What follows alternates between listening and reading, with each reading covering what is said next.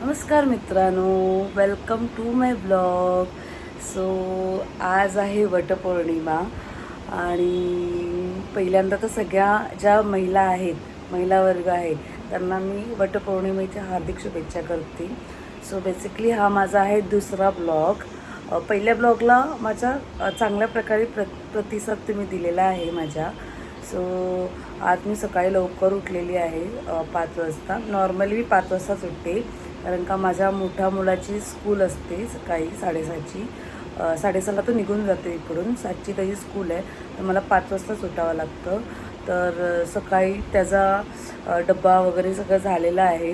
Even थोडंफार जेवण पण करून ठेवलेलं आहे, कारण का माझे मिस्टर वर्क फ्रॉम होम आहेत आणि छोटा मुलगा आहे तो पण स्कूलला जातो.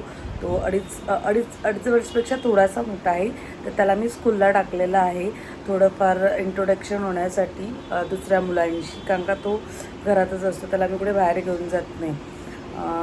सो आज वटपौर्णिमा आहे आणि काल तर मी तुम्हाला दाखवले, कालच्या ब्लॉगमध्ये तुम्ही बघितलं असेल की मी काय काय शॉपिंग केलेली.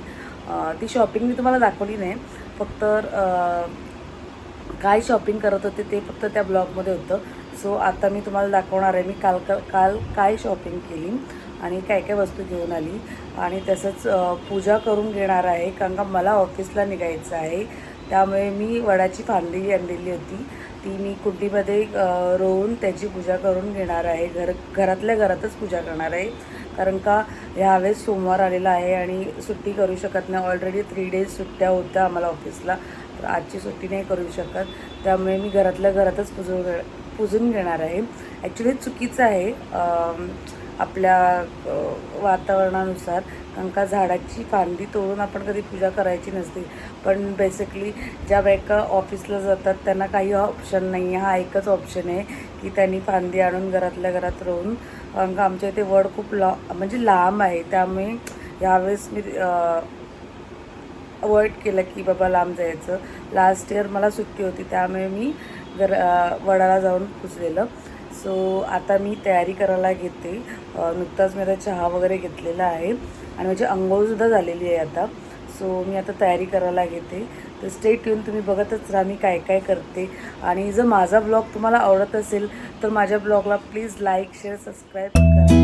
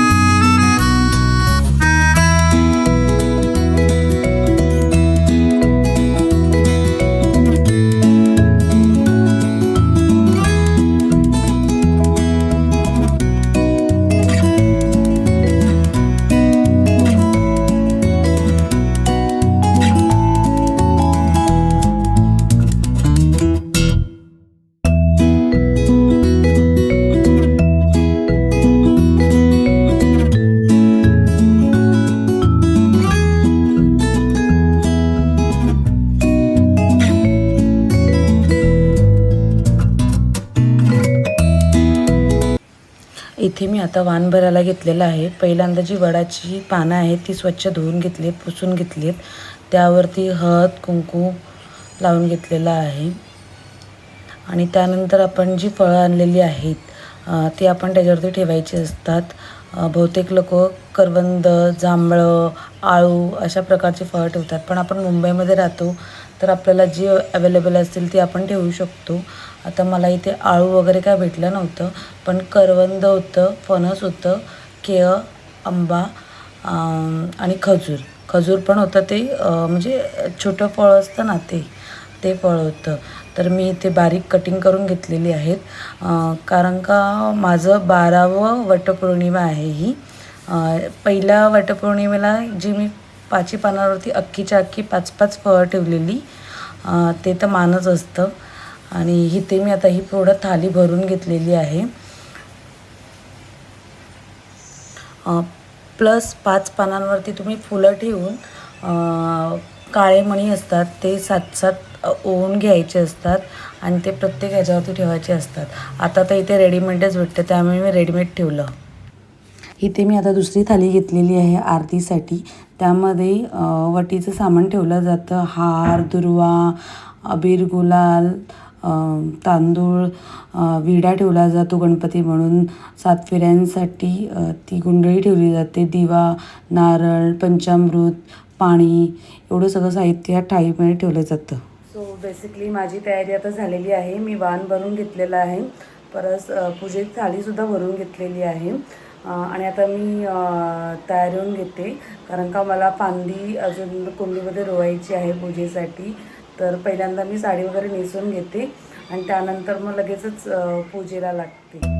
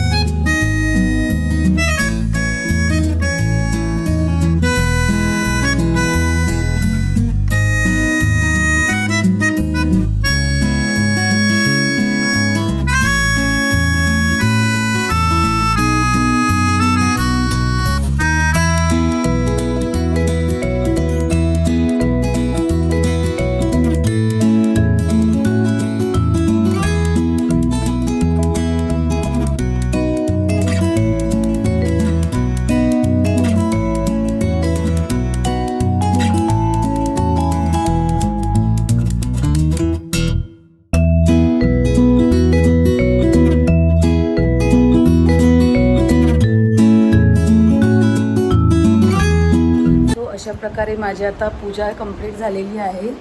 तुम्हाला दिसते मी इथे पूजा केलेली आहे. आणि मी ही साडी वेअर केलेली, तुम्हाला कितपत दिसली आहे मला माहिती नाही. ठीक आहे, ओके वाटते. आणि इथे माझं पिल्लूसुद्धा उठलेलं आहे. हे झोपलेलं म्हणून मी सगळं पूजा वगैरे करू शकली.